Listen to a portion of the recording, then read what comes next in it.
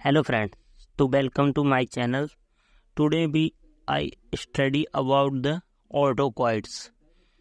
तो today I am study about histamine और उसके रिसेप्टर, उसका डिस्ट्रीब्यूशन कहाँ कहाँ, उनकी फार्माकोलॉजी। ठीक है, तो ये क्वेश्चन आता है हमारा एग्जाम में।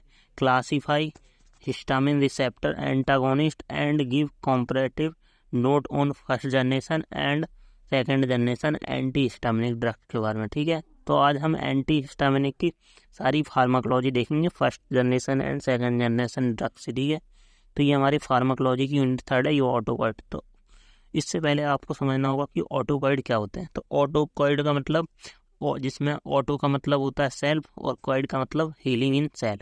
सो ऑटोकॉइड क्या होते हैं? Autacoid remove antigen that also called local hormone. ये क्या करते हैं? ये एंटीजन को रिमूव करते हैं हमारी बॉडी से। कैसे? कॉज इन्फ्लामेशन कॉज करवा के।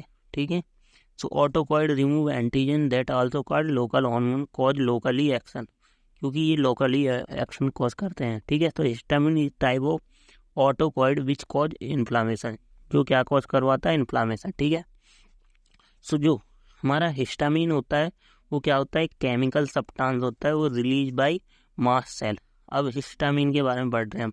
तो हिस्टामिन क्या होता है? Histamine is chemical substance which release by mast cell when any antigen और foreign particle attack on the cell. जब क्या होता है? कोई भी एंटीजन या फॉरेन पार्टिकल हमारी सेल्स पर अटैक करता है तो हमारी सेल क्या करती है? हिस्टामिन को रिलीज करती है। ठीक है, जैसे ये मान लो ये एक ह्यूमन बॉडी है, ये एक ह्यूमन बॉडी है। जब इस पर कोई फॉरेन पार्टिकल ने अटैक किया या कोई भी, जैसे कोई भी फॉरेन, तो ये हमारी बॉडी क्या कॉज करवाती है? इन्फ्लामेशन। जैसे फॉरेन पार्टिकल मतलब, जैसे अगर हीटिंग, ज़्यादा हीटिंग मिलती है तो हमारी बॉडी जल जाती है, वहाँ पे क्या हो जाता है? स्वेलिंग हो जाती है, ईचिंग हो जाती है। तो ये हिस्टामिन की वजह से ही होती है। ठीक है, सो हिस्टामिन क्या कॉज करवाता है? Allergic reaction. ठीक है, अब सिंथेसिस कहाँ होती है? हिस्टामिन कैसे बनता है, कैसे रिलीज होता है? तो synthesis it produce by decarboxylation of histidine.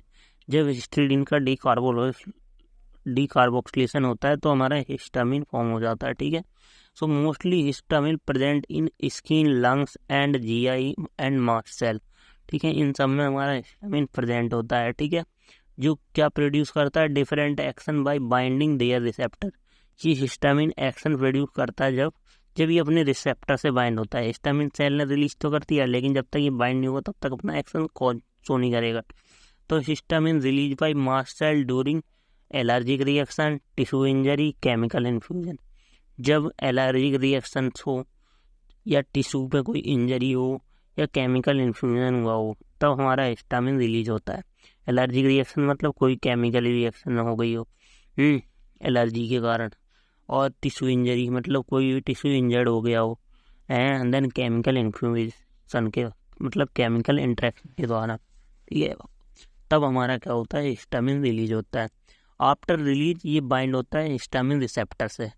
अब हिस्टामिन रिसेप्टर क्या होते हैं? तो हिस्टामिन मेजरली 4 टाइप के रिसेप्टर्स होते हैं, तो H1, H2, H3, H4, लेकिन मोस्टली जो होते हैं यूज वो H1 और H2 रिसेप्टर यूज होते हैं। ठीक है, इन्हीं पे ही जाके हिस्टामिन बाइंड होता है। ठीक है, तो सबसे पहले हमारा हिस्टामिन H1 रिसेप्टर आता है। तो हिस्टामिन H1 रिसेप्टर क्या होता है? अगर इस पर हमारा हिस्टामिन जाके बाइंड होता है तो ये H1 रिसेप्टर जो प्रेजेंट होता है हमारा वेरियस लोकेशन प्रेजेंट होता है। कहाँ?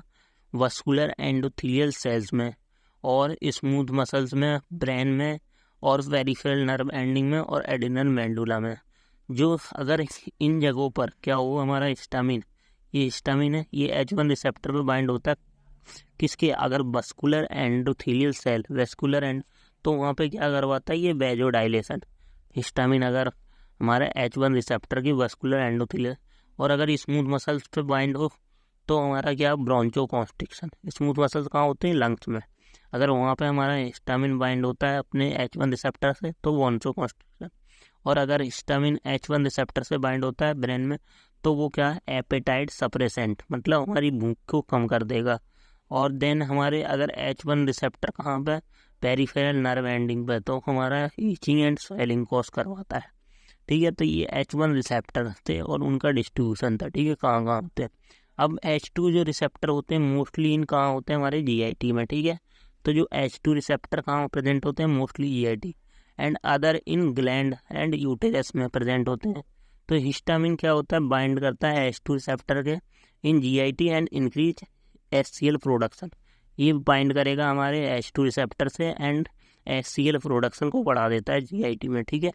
तो ये H2 रिसेप्टर पे हिस्टामिन का काम होता है। H1 पे देख लिया क्या काम होता है कि वस्कुलर एंडोथेलियल सेल्स में वेजोडाइलेशन करवा देता है, स्मूथ मसल सेल में ब्रोंचोकॉन्स्ट्रिक्शन करवाता है अगर H1 पे बाइंड होता है, ठीक है। और ब्रेन में क्या एपेटाइट सप्रेसेंट की तरह काम करता है और पेरिफेरल नर्व एंडिंग पे ईचिंग स्वेलिंग करवाता है और एड्रेनल मेडुला में। तो ये सब H1 रिसेप्टर और H2 रिसेप्टर के लोकेशन और उनकी वर्क थे। अब classification of anti histaminic drug. So anti histaminic drug, these drug work by blocking H1 and H2 receptor. ये अपने कैसे वर्क करते हैं, वो ड्रग जो हिस्टामिन रिसेप्टर को ब्लॉक करके वर्क करती हैं वो होती है हमारी एंटी हिस्टामिनिक ड्रग। अब क्लासिफिकेशन फॉर H1, तो क्लासिफिकेशन हमें मोस्टली इसमें क्या पढ़नी है, H1 के लिए ही हमें पढ़ना है, ठीक है, अपनी फार्माकोलॉजी में। तो क्लासिफिकेशन फॉर H1 इसमें first generation anti histaminic and second generation anti histaminic है। तो फर्स्ट जनरेशन एंटी हिस्टामिनिक है तो उसमें सेडेटिव जो सेडेशन कॉज करवाते हैं, जैसे हमारे डाइफेनहाइड्रामीन है, क्लोरफेनारामीन है, ठीक है। तो डाइफेनहाइड्रामीन, क्लोरफेनारामीन, तो ये हमारी क्या होते हैं, फर्स्ट जनरेशन एंटी हिस्टामिनिक होती है। ये क्या करवाती हैं, सेडेशन कॉज करवाती हैं, क्योंकि ये जो फर्स्ट जनरेशन एंटी हिस्टामिनिक होते हैं ये BBB ब्लड ब्रेन बैरियर को क्या कर देते हैं, क्रॉस कर जाते हैं और हमारे ब्रेन में पहुंच के CNS एक्शन वो सेडेशन कॉज करवाते हैं CNS में। देन हमारी सेकंड जनरेशन एंटी हिस्टामिनिक है जिन्हें हम नॉन सेडेटिव भी बोलते हैं, जैसे हमारी लोराटाडीन है, लिवोसिट्राजीन है, सिट्राजीन वगैरह, और फेक्सोफिनाडीन और एजेलाटाडीन, ठीक है। तो ये हमारी सेकंड जनरेशन एंटी हिस्टामिनिक है। फर्स्ट जनरेशन कौन सी है, डाइफेनहाइड्रामीन, क्लोरफेनारामीन। अब इसी का ही मॉडिफाइड वर्जन है ये सेकंड जनरेशन। ये नॉन सेडेटिव होते हैं, ये क्या होते हैं, थोड़े बल्कि ग्रुप होते हैं इनके ऊपर, तो ये हमारे ब्लड ब्रेन बैरियर को क्रॉस नहीं कर पाते हैं, ठीक है। जैसे लोराटाडीन है, लिवोसिट्राजीन है, सिट्राजीन है, फिनोफेक्साडीन है और एजेटाडीन है, ठीक है। तो ये तो हिस्टामिन के वर्क हो गए, हिस्टामिन की first generation and second generation का क्लासिफिकेशन हो गया। अब इनके comparative node first generation and second generation के बारे में, ठीक है, पूरी इनकी फार्माकोलॉजी बतानी। तो जो फर्स्ट जनरेशन एंटाहिस्टामिनिक होते हैं या सेकंड जनरेशन एंटाहिस्टामिनिक, तो दोनों का अलग अलग टाइप्स है। जो फर्स्ट जनरेशन एंटीहिस्टामिनिक ड्रग होती हैं वो क्या होती हैं, these are also called sedative antihistaminic drug बोलते हैं, ठीक है। ये सेडेशन कॉज करवाते हैं, जैसे डाइफेनहाइड्रामीन है, डाइमेनहाइड्रानेट है, प्रोमेथाजीन है, क्लोरफेनारामीन है। ये डाइफेनहाइड्रामीन, डाइफेनहाइड्रेनेट और डाइमेनहाइड्रेनेट और प्रोमेथाजीन और क्लोरफेनारामीन, तो ये ड्रग क्या करवाती हैं, हमारी हिस्टामिनिक एक्शन जो करवाती हैं, मतलब बॉडी में एंटी हिस्टामिनिक मतलब H1 रिसेप्टर को ब्लॉक करती हैं और सेडेशन कॉज करवाती हैं। तो इसलिए इन्हें हम क्या कहते हैं, सेडेटिव भी बोलते हैं फर्स्ट जनरेशन को, ठीक है। और सेकंड जनरेशन एंटी हिस्टामिनिक, तो these are called non sedative antihistaminic drug, ठीक है। जैसे हमारे लोराटाडीन है, सिट्राजीन है, लिवोसिट्राजीन है और फेक्सोफिनाडीन है और एजेलास्टिडीन है, ठीक है। तो इसमें हमारी कौन सी, डाइफेनहाइड्रामीन, डाइमेनहाइड्रानेट, प्रोमेथाजीन और क्लोरफेनारामीन फर्स्ट जनरेशन में, और सेकंड जनरेशन में लोराटाडीन, सिट्राजीन और लिवोसिट्राजीन और फेक्सोफिनाडीन और एजेलास्टिडीन, ठीक है, एजेलास्टिन, ठीक है। ये हमारी क्या है, फर्स्ट जनरेशन, वो सेकंड जनरेशन, ये हमारी फर्स्ट जनरेशन, ठीक। अब जो second first generation anti histaminic होते हैं, so these drug are lipophilic in nature, so it cross the blood brain barrier, cause depression and sedation. So ये हमारी क्या होती हैं, लिपोफिलिक इन नेचर होती हैं, तो ये हमारे ब्लड ब्रेन बैरियर को क्रॉस कर जाती हैं और डिप्रेशन और सेडेशन कॉज करवाती हैं। लेकिन जो सेकंड जनरेशन वाली होती हैं, दी ड्रग मॉडिफाइड एंड बल्कि, so it not cross blood brain barrier, does not cause CNS depression and sedation. इन पे क्या होता है, बल्कि ग्रुप अटैच होता है, तो ये हमारे सेडेशन कॉज नहीं करवाती, जैसे लिवोसिट्राजीन वगैरह, सिट्राजीन वगैरह, ठीक है।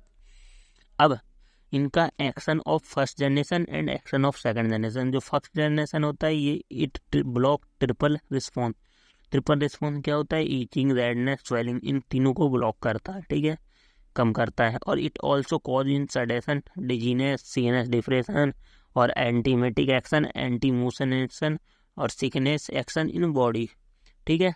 तो इतने एक्शन ये प्रोड्यूस करता है, dizziness, CNS depression, antiemetic. But जो सेकेंड जनरेशन होता है also block triple response, itching, redness और स्वेलिंग, लेकिन ये हमारे जो ये रिस्पॉन्स थे ये कॉज नहीं करवाता है, ठीक है। It only H1 selective, so it not produce other action, ये एक्शन प्रोड्यूस नहीं करवाता, ठीक है।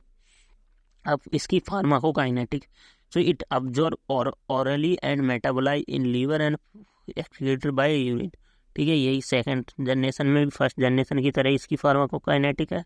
अब एडवर्स इफेक्ट क्या है फर्स्ट जनरेशन के, कि ये सेडेशन कॉज करवाता है, डिजीनेस, ड्राइनेस ऑफ माउथ है, blood vision and constipation cause करवाता है। लेकिन सेकंड जनरेशन क्या होता है, ये इसके लेस साइड इफेक्ट होते हैं फर्स्ट जनरेशन से, ठीक है। तो ये हमारे कंपैरेटिव नोट थे एंटी हिस्टामिनिक के ड्रग के बारे में, और हिस्टामिनिक रिसेप्टर, उनका डिस्ट्रीब्यूशन और हिस्टामिन के बारे में पूरी नॉलेज थी, ठीक है। Thank you.